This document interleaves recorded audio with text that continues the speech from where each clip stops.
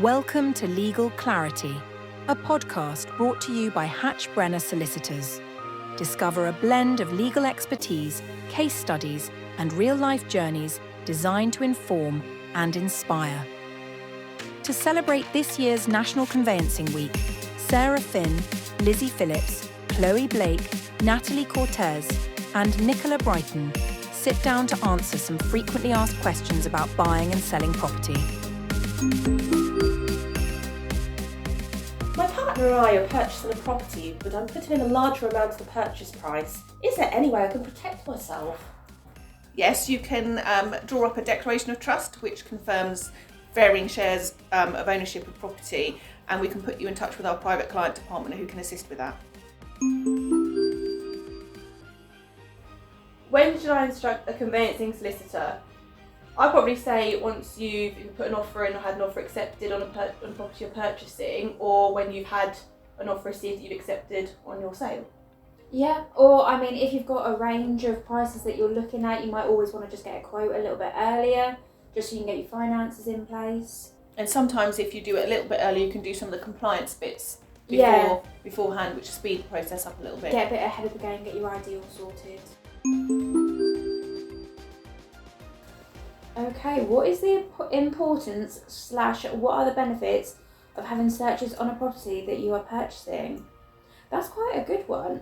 I think, well, we obviously say, yeah, we're having searches. It lowers any potential risks, brings up anything that might be revealed if there's permitted planning or, I don't know, any roads that have been unadopted.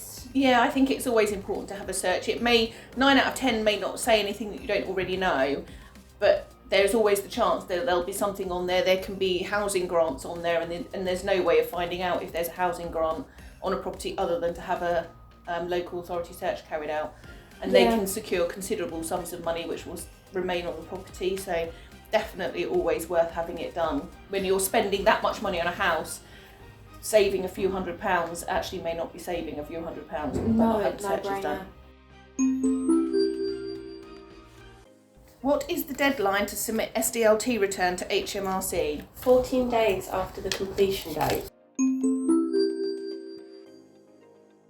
On the day of completion, what time can I expect to get the keys? Oh, that's a $1 million question, that one.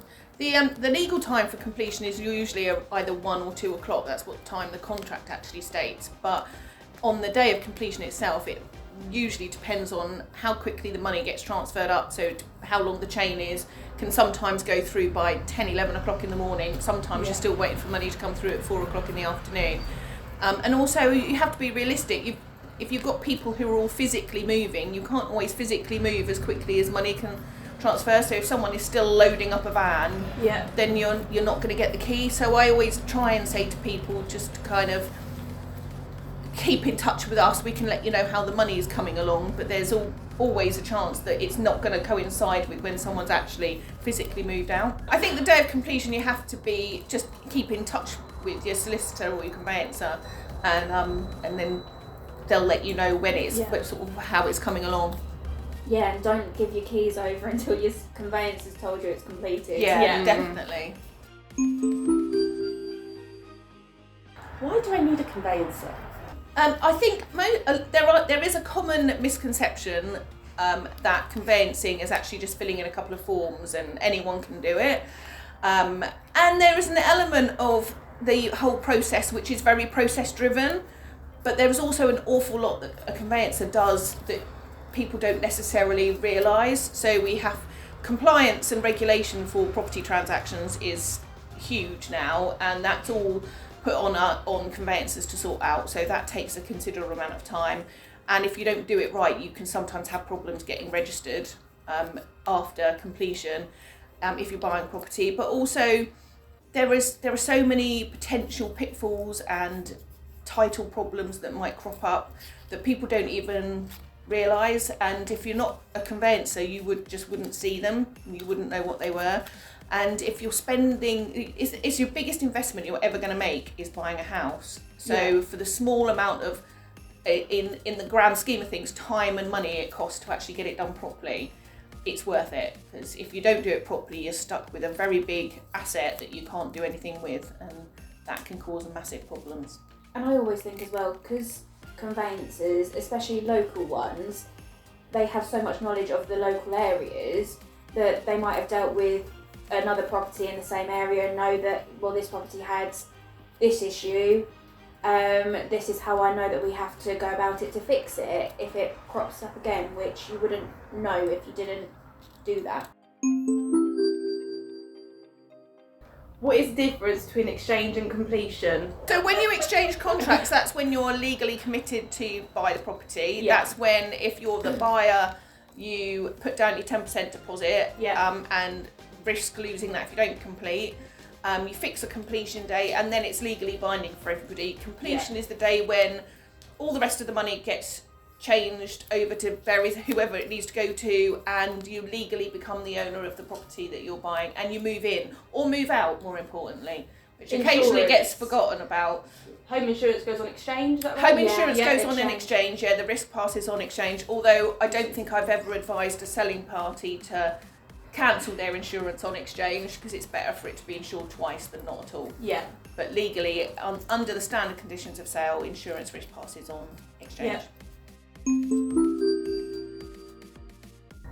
What would be the one thing you would change in the process of conveyancing? Okay.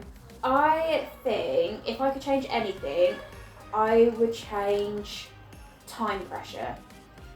I completely understand, it's so exciting, everybody wants to move into the new property, or you've got burdens, which means you want to sell the property and you want to just end that chapter. But sometimes things might take longer, and at the end of the day, in my opinion, I would rather have a house that I know legally is great, rather than rush the process and end up with a problem later on down the line just because I wanted to move in. Yeah. Because it is like a pressure cooker sometimes, isn't it? With these deadlines. I would change source of funding compliance. Yeah. I would make someone else responsible for having to do that. I find it fascinating that someone can purchase a property from money sitting in a UK bank account, bog standard bank, but we're the ones that have to check to make sure it's legitimate, and I find that bizarre. I would change the stamp duty stop going up and down. Yeah. Because it confuses people, it creates a rush and more pressure, and I'd keep it at a standard rate going forward and not keep changing it up and down. Thank you for listening to Legal Clarity, a podcast brought to you by Brenner Solicitors. For more information, make sure to check out our website www.hatchbrenner.co.uk. That's www.hatchbrenner.co.uk.